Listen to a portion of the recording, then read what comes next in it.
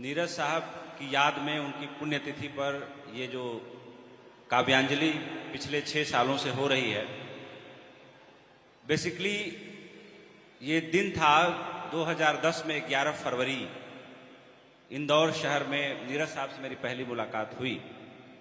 और नीरज साहब, हम मंच पर तो अकेले थे, लेकिन वहाँ बैठे बैठे कवि सम्मेलन चलता रहा और उनके पूरे परिवार से टेलीफोन से हमारा परिचय हो गया। तब का दिन है, आज का दिन है, हम लोग परिवार की तरह ही रहते हैं, सुख दुख बांटते हैं और हमेशा जुड़े रहते हैं। नीरज साहब के आखिरी दिनों में भी मेरी उनसे मुलाकात हुई और हर बार मैं नीरज साहब के जीवन से जुड़ा कोई एक अनूठा किस्सा, अनूठा पहलू सुनाता हूँ। नीरज साहब के बारे में हो सकता है जो लोग गहराई से पढ़े हैं उन्हें पता है कि नीरज साहब बहुत बड़े ज्योतिषी भी थे, कमाल के एस्ट्रोलॉजर थे। उनके एक बड़े गहरे दोस्त थे, डॉक्टर थे। उनको कैंसर डिटेक्ट हुआ, जो उनकी रिपोर्ट आई, पैट स्कैन आया, तो डॉक्टर साहब बड़े डिमोरलाइज थे। तो नीरज साहब ने कहा कि तुम अपनी कुंडली दिखाओ मुझे। तो कुंडली नीरज साहब ने देखी और कहा कि तुम्हें कैंसर, कर्क रोग जैसी बीमारी हो ही नहीं सकती। तो डॉक्टर साहब ने कहा कि नहीं, बहुत अच्छी जगह से चेकअप कराया है, दिल्ली में रिपोर्ट आई है। तो उन्होंने कहा मेरे कहने से दोबारा कराओ, और अगर तुम्हें कर्क रोग दोबारा निकल आया तो मैं जीवन में कुंडली देखना छोड़ दूंगा, फिर दोबारा कभी कुंडली नहीं देखूंगा। उन्होंने दोबारा चेकअप कराया और उनकी रिपोर्ट निगेटिव आई। तो नीरज साहब गुणों की भरमार थे, गुणों की खान थे। और आज जावेद अख्तर साहब को इस मंच से सम्मानित किया गया, तो सही अर्थों में पिछले साल अन्नू कपूर साहब ने इस मंच की शोभा बढ़ाई और जावेद अख्तर साहब बहुत बड़ी शख्सियत हैं।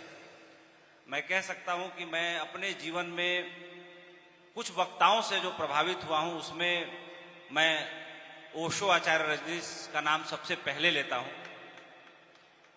दूसरे नंबर पर मैं अटल बिहारी वाजपेयी का नाम लेता हूं और तीसरे नंबर पर मैं जावेद साहब का नाम लेता हूं कि उनकी भी जो वाक कला है, जो मर्मज्ञता है विषय के बारे में, वो कमाल की है।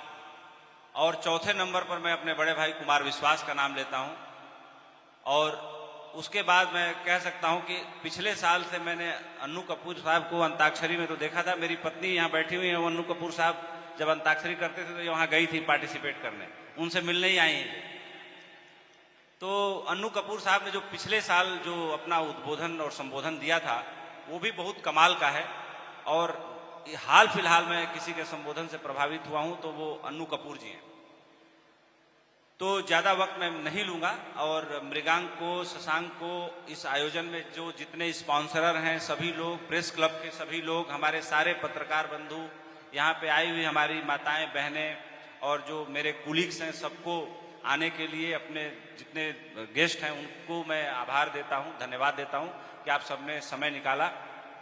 यहाँ पे मेरे जमील भाई विशेष दोस्त हैं जो दुबई में रहते हैं, हालांकि दिल्ली भी इनका घर है और मूल निवासी टोंक राजस्थान के हैं। आपके पिताजी भी बड़े मौजूद शायर थे, आज समय उन्होंने निकाला और यहाँ पे आए। रूमी साहब, बोनी कपूर साहब जो मेरे बिल्कुल बड़े भाई की तरह हैं, हमेशा स्नेह प्रेम मिलता रहा। और इस मंच पे जितने लोग बैठे हैं, मैं कह सकता हूँ कि बाहर की दुनिया में हो सकता है लोग मेरे से इत्तेफाक रखते हो, न रखते हो, लेकिन इस मंच पे जितने लोग बैठे हैं, मैं मन से मानता हूं कि सब लोग मुझे बड़ा प्यार करते हैं। तो आप सभी का बहुत बहुत आभार। रूमी साहब, आपका भी बहुत सारा आभार। धन्यवाद। जय हिंद, जय भारत।